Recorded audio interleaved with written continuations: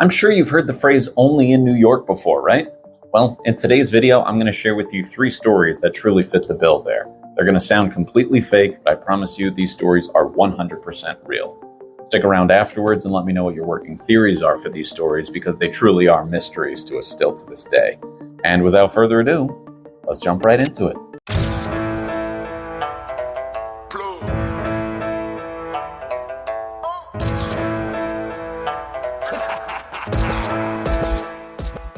In the 1930s, Dr. Henry Abrams was a family physician living in Princeton, New Jersey. It was the middle of the Great Depression, so he didn't have that many patients, but he did have one patient that changed his life completely.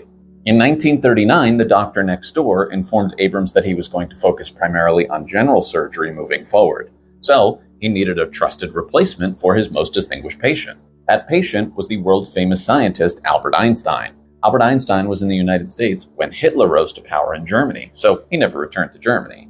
Instead, he became a U.S. citizen in 1940 and worked out of an institute in Princeton. Abrams realized this was a big responsibility, but gladly accepted such a patient. What's funny is, even though Albert Einstein was incredibly well known and could have easily used his status to jump the line when it came to doctor's visits, he refused to do such. He wanted to be treated just like anyone else. He also dressed however he wanted, usually in baggy shorts, and he also never wore socks.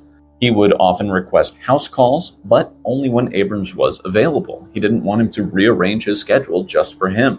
And because he made these house calls so often, it led to them having plenty of pleasant conversations, and Einstein and Abrams grew pretty close.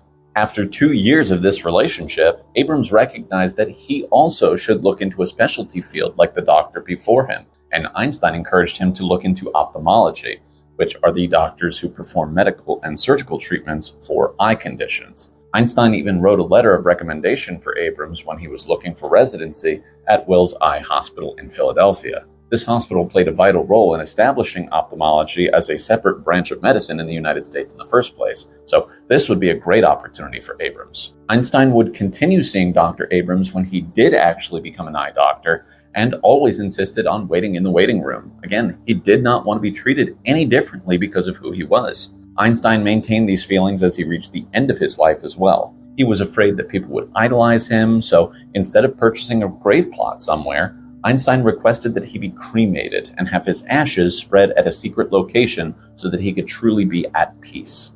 In 1955, a blood vessel burst near Einstein's heart. Doctors asked him if he wanted to undergo surgery, which would have been Einstein's second time treating a condition like this, but Einstein felt like he had done everything in his life that he was meant to do, and so if this was his time to go, he was content with that. The pathologist on call was Dr. Thomas Harvey, and merely a few hours after Einstein died, Harvey decided to perform an illegal autopsy in which he removed Einstein's brain and eyes. Harvey took the brain home with him without receiving permission from the Einstein family. Einstein's son, Hans, ultimately did give his blessing to Dr. Harvey, though, stating that his father's brain should be studied, because how often does that opportunity really present itself? So Harvey cut the brain into 240 pieces, and he would send some of these pieces to other researchers. He'd also travel across the country with some of these pieces, even if it meant keeping them under a beer cooler. Harvey later lost his medical license for incompetency in 1988. As for the eyes, though, Harvey gifted them to Einstein's trusted eye doctor, Dr. Abrams. The eyeballs were suspended in formaldehyde in a glass vial, and from there, Dr. Abrams secured their safety by putting them in his safety deposit box. And it's believed that that safety deposit box is in New York City somewhere. Every few years, there would be rumors that people like Michael Jackson were offering up big money to purchase the eyeballs, but Abrams was never interested in parting with his friend like that. He believed that by having the eyes, it meant that Einstein's life continued on because a part of him was still in Abrams' possession. Dr. Abrams died at the age of 97 in 2009, though, and he kept this safety deposit box location a secret, which means that Einstein's eyes are still stored in a safety deposit box somewhere within the city. We just don't know where. Dr. Abrams took that secret with him to the grave.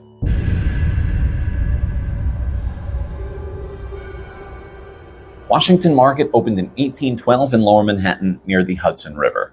This was a big market for fruits and vegetables, whereas if you wanted fresh fish, oysters, or meat, you'd go to Fulton Market, which was located near the East River. In 1847, new buildings were coming to Washington Market.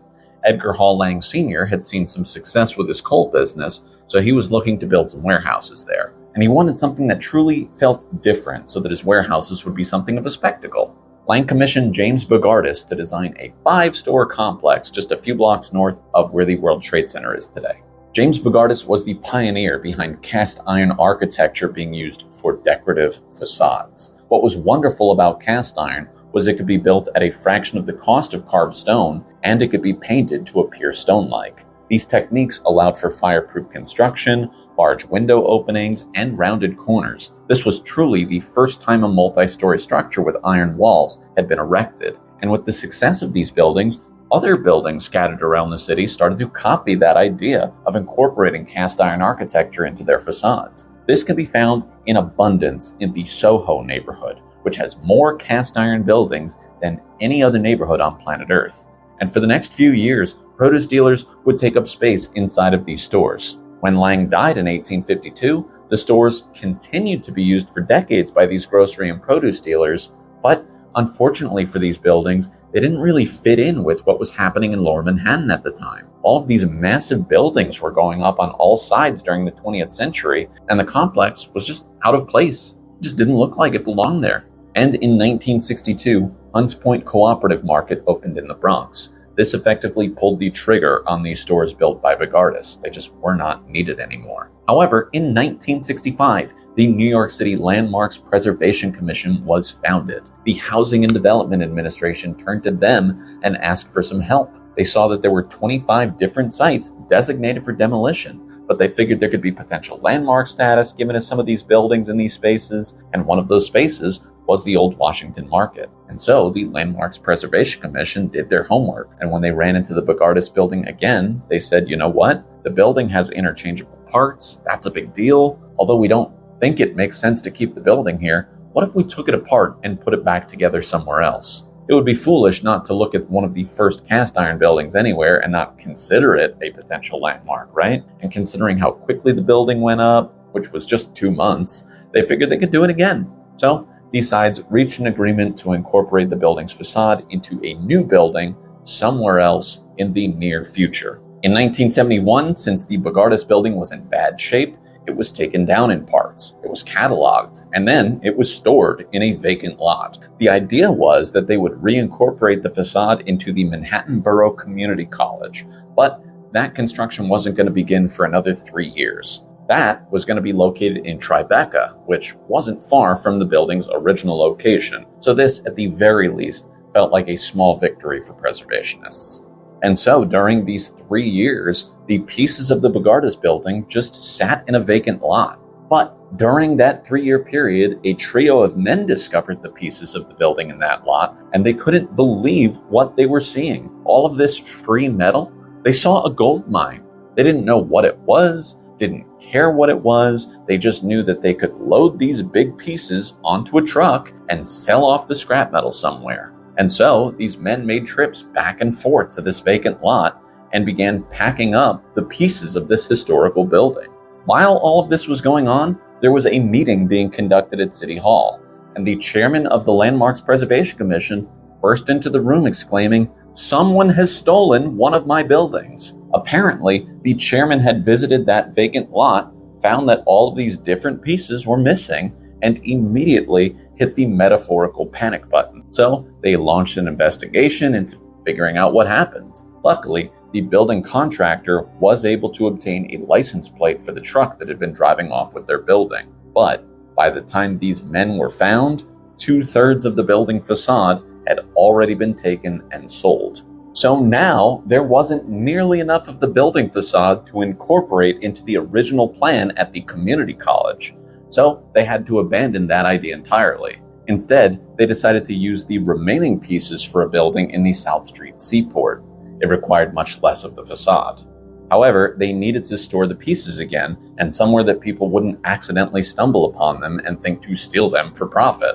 So, the rest of the Bogardus building panels were moved to a secret location, which we now know was a storage unit in a city-owned building on West 52nd Street off of 10th Avenue. In 1977, the new building going up in the South Street Seaport needed the measurements for the remaining panels so that they could be properly incorporated into the building design. So the architects met up with the commission and ventured over to the storage unit where these panels were being held. When they unlocked it, they pulled the gate open, and what do you know, the pieces were missing again. The unit was completely empty, and to this day, nobody knows what happened to the Bogardus building that second time. But it is the only building that I can think of to have been stolen not once, but twice.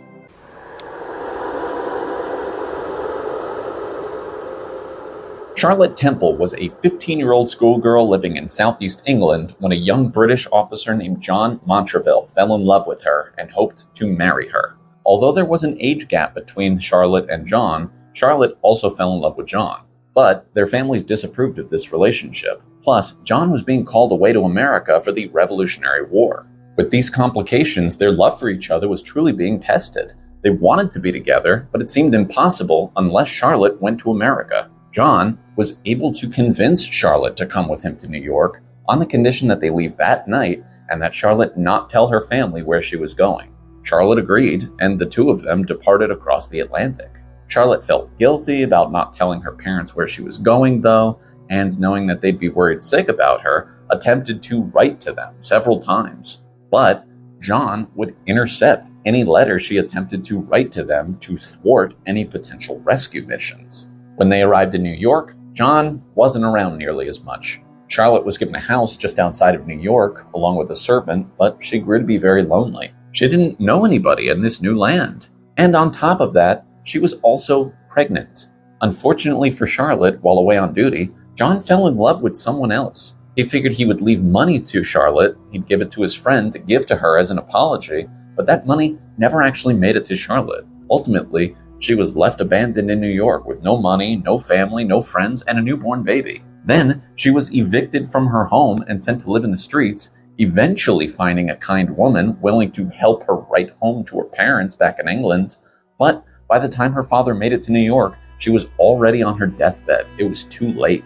Her father agreed to take care of her baby, whom she named Lucy, and Charlotte would pass away. He had her buried at Trinity Church, and he then returned to England with Lucy. You can find a grave for Charlotte Temple at Trinity Church in Lower Manhattan, right along the eastern fence on the north side of the building. The slab lies flat in the grass, and that grave has baffled historians for a great number of years. Why?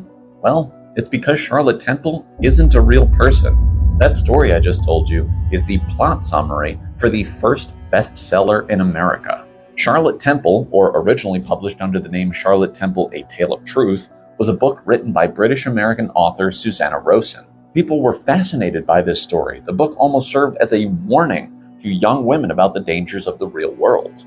However, because the title of the book was Charlotte Temple, A Tale of Truth, many people believed it was a real story, that Charlotte was a real person. Rowson claimed that the story was based on real events. She had a first cousin named John Montresor, who was a British military engineer and cartographer, and John had a relationship with a girl named Charlotte Stanley, although different sources are going to point to different types of relationships between the two of them. Whatever the case may be, though, it seems that these timelines don't quite add up to when the book was published in 1794. Still, it has made people question whether or not Charlotte Stanley is buried in that grave. Also, the Trinity Church that stands today is not the original Trinity Church building. In fact, it isn't the second either. This is the third iteration of the church. The first Trinity Church burned down and destroyed many cemetery records in the process. Hypothetically, if this book were based on truth, then the record of Charlotte's grave would have gone up with the church. They rebuilt the church, and it was worked on in the 1840s and 50s.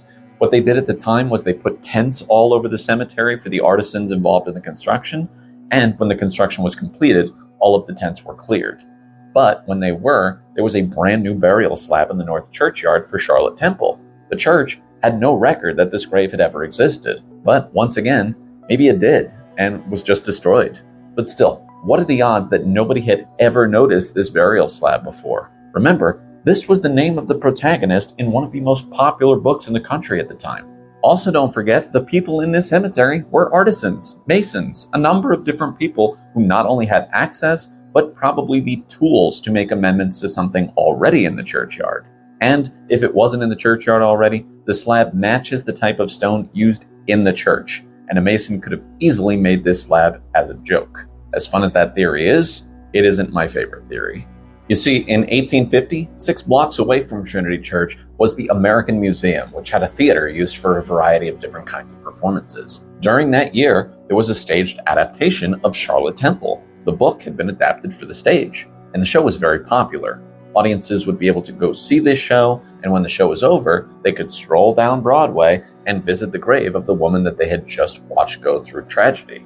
But would the show create a fake grave for the sake of publicity and drop it in the middle of a churchyard? In most instances, I'd probably say no. But the owner of the American Museum was none other than the greatest showman himself, P.T. Barnum, a man known for his showiness and publicity stunts. This work being done at Trinity Church would be the perfect time to place this grave undetected, as long as he had an inside man. Barnum wouldn't be someone who lacked money, so no doubt he'd be able to make this happen. And this publicity stunt would be indirect advertising for his show, and more people visit the church. A win for everybody, right? Whatever the case might be, nobody has a definite answer for how this grave appeared. But curious minds did want to know what was under the slab. So an investigation was launched, and wouldn't you know it, there was nothing under the slab at all. No chamber, nothing. It all remains a mystery. So that's going to do it, folks. I told you, only in New York. Do you have any crazy theories you want to throw into the mix for any of these stories? Crazier the better, right? Send those theories to the comment section below. Also, please make sure to like and subscribe to the NYC Storyteller page. I upload every Friday. And until next time, deuces, kids.